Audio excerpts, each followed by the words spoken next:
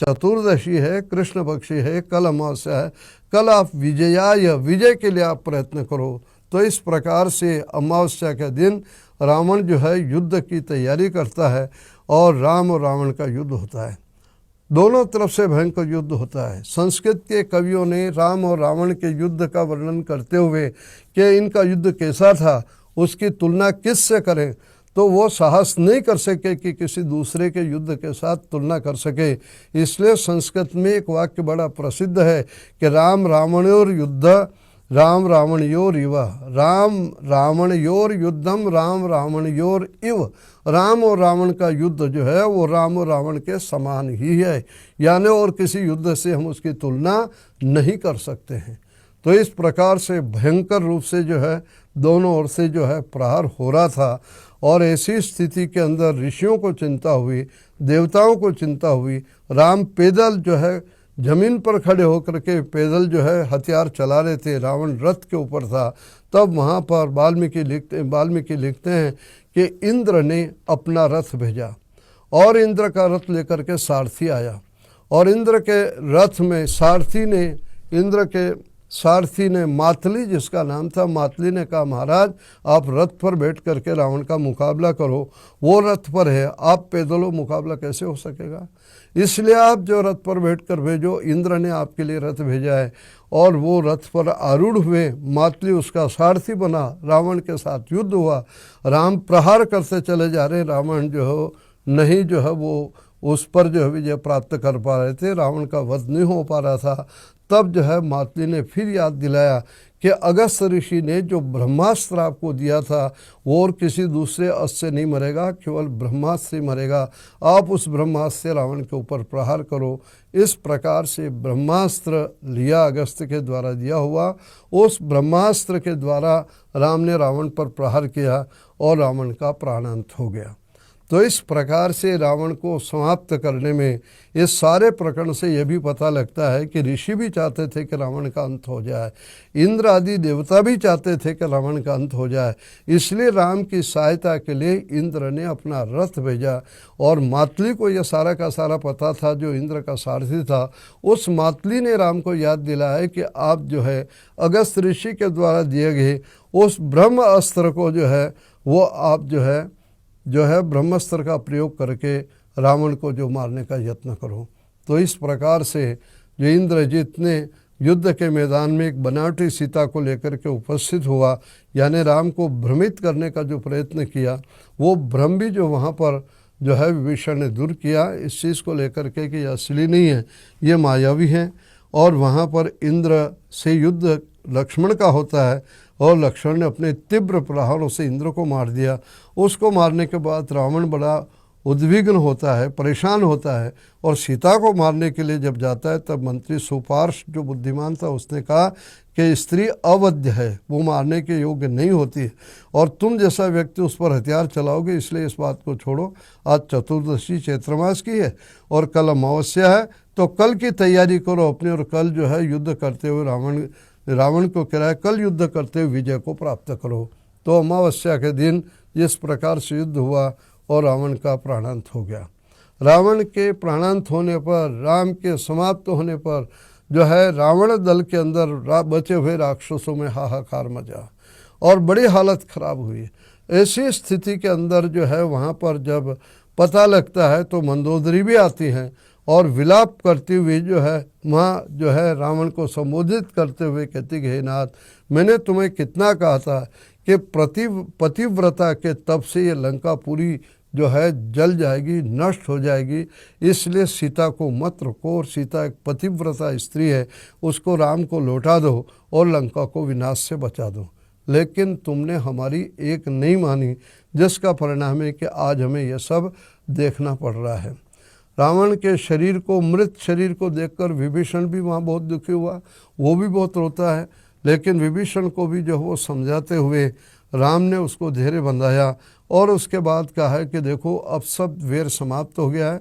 जो रामायण का अप्रसिद्ध वाक्य मरणांतानि वेराणि, मरने के बाद वेर भी सारे अंत वाले हो गए, समाप्त हो गए। इसलिए मैं तुमसे इस चीज़ का आग्रह करता हूँ कि अब जो है रावण की अंत्येष्टि की तैयारी करो, यानी रावण का अंतिम संस्कार किया जाए और इसकी यथोचित व्यवस्था की जाए। इस प्रकार से राम ने रावण के अंत्येष्टि संस्कार के लिए जो विभीषण से आग्रह किया, रावण का अंत्येष्टि संस्कार जब हो जाता है उसके पश्चात जो है उसका जो है राज तिलक विभीषण का किया जाता है।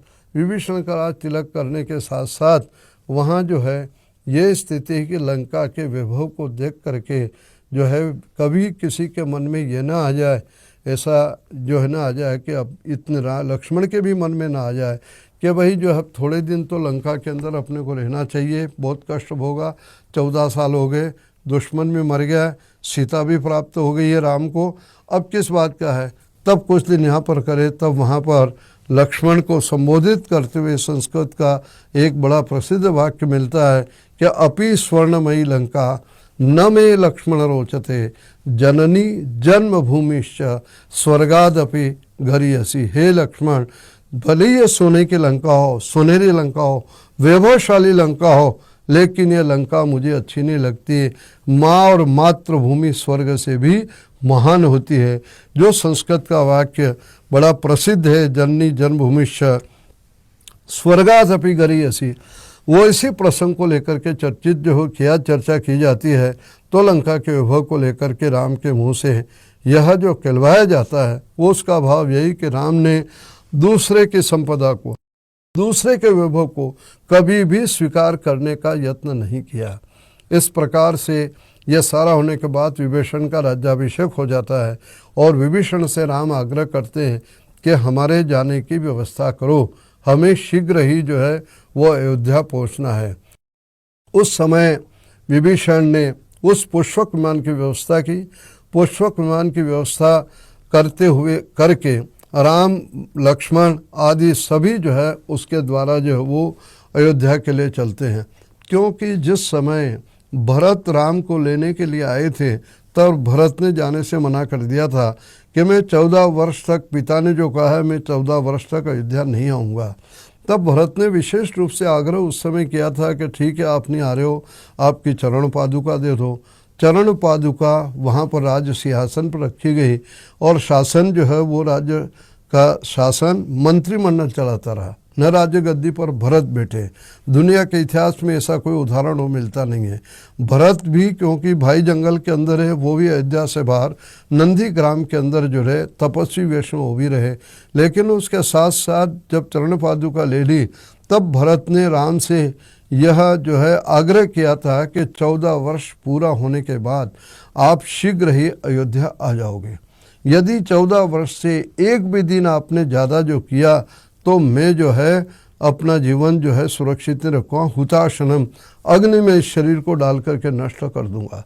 तो राम को चिंता इस बात की थी कि कहीं जो है थोड़ा भी विलम्ब हो गया तो भरत सुरक्षित नहीं रहेगा, इसलिए जो वो शीघ्र से शीघ्र जो है वो अयोध्या जाना चाहते थे। विभीषण ने जो है उनको जो है लंका के लिए, लंका का अधिपति बना, उसके लिए उनके प्रति कृतज्ञता प्रकट की और राम के जाने के लिए जो है पुष्पक विमान की व्यवस्था की। उस पुष्पक विमान के द्वारा जो है राम शीघ्र ही भरद्वाज आश्रम में आए, क्योंकि भरद्वाज आश्रम से ही जो है राम जो है आगे बढ़े थे दंडकारण्य की ओर, जहाँ चित्रकूट में उन्होंने प्रवेश किया था और आगे रास्ते में ही वाल्मीकि का आश्रम था। तो भरद्वाज आश्रम में आकर के वो टीकते हैं। चैत्र शुक्ल पंचम्याम जो संकेत दिया जाता है वो वहाँ पर आ जाते हैं, यानी चैत्र के शुक्ल पक्ष में ही राम का राज्य तिलक होने वाला था और उसी समय राम का वनवास हुआ।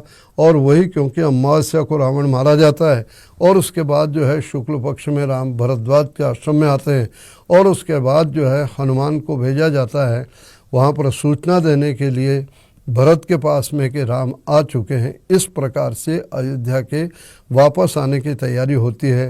राम का राज्याभिषेक होता है, अयोध्या में राम का स्वागत होता है और इस प्रकार से 14 वर्ष का समय ये पूरा होता है। युद्ध कांड में राज्याभिषेक का, राज्य गद्दी पर बैठने का वर्णन और अंत में ग्रंथ की फलश्रुति माने उपसंहार जिसको हम कहते हैं, इस ग्रंथ को पढ़ने से व्यक्ति को क्या प्राप्त होता है तो युद्ध कांड के अंत में ही है। वहाँ लिखा है आरोग्य करम, यशस्यम, यह ग्रंथ का जो व्यक्ति पाठ करेगा, पढ़ेगा, सुनेगा तो वो निश्चित रूप से सुख को प्राप्त करेगा, स्वस्थ रहेगा, भाइयों में प्यार रहेगा। और राम के राज्य का भी उसके साथ वर्णन है कि सारी प्रजा, ब्राह्मण, क्षत्रिय, वैश्य और शूद्र, सभी वर्ण अपने अपने धर्म में, अपने अपने कर्म में लगे हुए थे और सभी सुखी थे, किसी को कोई प्रकार की तकलीफ नहीं थी। और जो है इस प्रकार से सभी जो है पुत्र के व्यवहार से पिता प्रसन्न थे। पिता, माता पिता जो है अपनी संतान को आशीर्वाद दे रहे थे। राम के राज्य में कोई चोरी का भय नहीं था, कोई जो है हत्या का भय नहीं था। इस प्रकार से बड़ा विस्तार से वर्णन किया रामराज का। और आसन सर्वा प्रजा धर्मा, मैंने सब प्रजा धर्म में लगी हुई थी। और अंत में इस बात को कह दिया कि जो इस ग्रंथ का पढ़ेगा, सुनेगा, स्वाध्याय करेगा, वो निश्चित रूप से स्वस्थ रहेगा, प्रसन्न रहेगा, आयु उसकी बढ़ेगी, आरोग्यकरम और स्वस्थ रहेगा। तो इस प्रकार से महर्षि वाल्मीकि ने जो है इस रामायण के अंदर जहाँ राम के जीवन गाथा का वर्णन किया है, राम के उदात्त चरित्र का भी वर्णन किया, रावण किस प्रकार से अहंकार से ग्रसित था वो वर्णन किया, हनुमान ने किस प्रकार से अपनी भक्ति राम के प्रति दिखलाई, भाइयों का प्यार आप देखिए कि राम अपने भाइयों को कितना प्यार करते हैं कि दुनिया में सब मिल जाएगा लेकिन सगा भाई नहीं मिलता। लक्ष्मण के बेहोश होने पर सुग्रीव के साथ किस प्रकार से मित्रता का, मित्र धर्म का निर्वाह किया। ऋषियों की सुरक्षा राम ने जो है दंडकारण्य में रहते हुए राक्षसों को मार करके राक्षसवीन उस क्षेत्र को जो बना दिया। अपने पिता के प्रति भक्ति को प्रकट करते हुए राम के मुंह से विश्वामित्र इसने जो है वाल्मीकि ने कहलवाया कि भक्ष्यम विषम तीक्ष्णम पतेय में पिपाव के, पिता के आदेश से मैं भयानक से भयानक विष खा सकता हूँ, अग्नि में गिर करके अपने जीवन को समाप्त कर सकता हूँ। बताइए इतनी बड़ी भक्ति पिता के प्रति राम दिखला रहे हों। जिस देश के अंदर राम जैसा बेटा पैदा हुआ हो और जिसने राज्य के वैभव को ठोकर मार दियो पिता के आदेश से, उस देश में यदि कोई पिता पुत्र के व्यवहार से दुखी है, बेटे के व्यवहार से कोई बाप दुखी है, तो आर्य समाज और ऋषि दयानंद इसी बात को कहते हैं कि भाई राम की पूजा कहाँ हो रही है। राम की पूजा, राम का जयघोष तो यह होगा कि राम के देश के अंदर राम जैसे पितृभक्त पुत्र हों, राम और भरत जैसा भाइयों में प्यार हो, जहाँ पर जो है सीता जैसी प्रतिव्रता नारियाँ हों, जहाँ हनुमान जैसे सेवक और समर्पित हो, श्रद्धा भाव रखने वाले हों। यही तो हमें रामायण पढ़ने का हमें लाभ प्रतीत होता है। यही लाभ इस प्रकार से मिलता है इन ग्रंथों के स्वाध्याय करने से, इन ग्रंथों की कथा सुनने के द्वारा जो है जीवन हमारा निर्मल रहे, शुद्ध रहे, पवित्र रहे। और किस प्रकार से हम वेदों का स्वाध्याय करते रहें, ईश्वर की उपासना करते रहें। कष्ट के समय भी सीता ने भगवान को नहीं भूला, ईश्वर की उपासना करती रही, राम ईश्वर की उपासना करते रहे। यज्ञों की रक्षा के लिए राम ने किस प्रकार से अपना तप किया, ऋषि मुनि यज्ञ याग आदि करते थे। और कमज़ोर व्यक्ति को सहारा देना, अहिल्या का उद्धार करना, शबरी को सम्मान प्रदान करना, ये सारी बातें जो है वहाँ पर की। और दुष्ट कर्म करने वाले को दंड भी दिया, ताड़का का जो वध भी किया। तो इस प्रकार की अनेक घटनाएं जो रामायण के अंदर हमारा मार्ग निर्देश कर रही है। परमात्मा कृपा करे, हम सबको सद्बुद्धि प्रदान करे, जिसके के द्वारा महर्षि के इस ग्रंथ में बताए हुए आदर्शों का अनुसरण कर सकें। आप सब ने बड़े धैर्य और शांति से मेरी बात को, इस रामायण की सभी जो है प्रसंगों को लेकर मैंने जितना मुझे आता है वो चर्चा के आपने सुना, उसके लिए आपको बहुत बहुत धन्यवाद, आभार। ओम शम।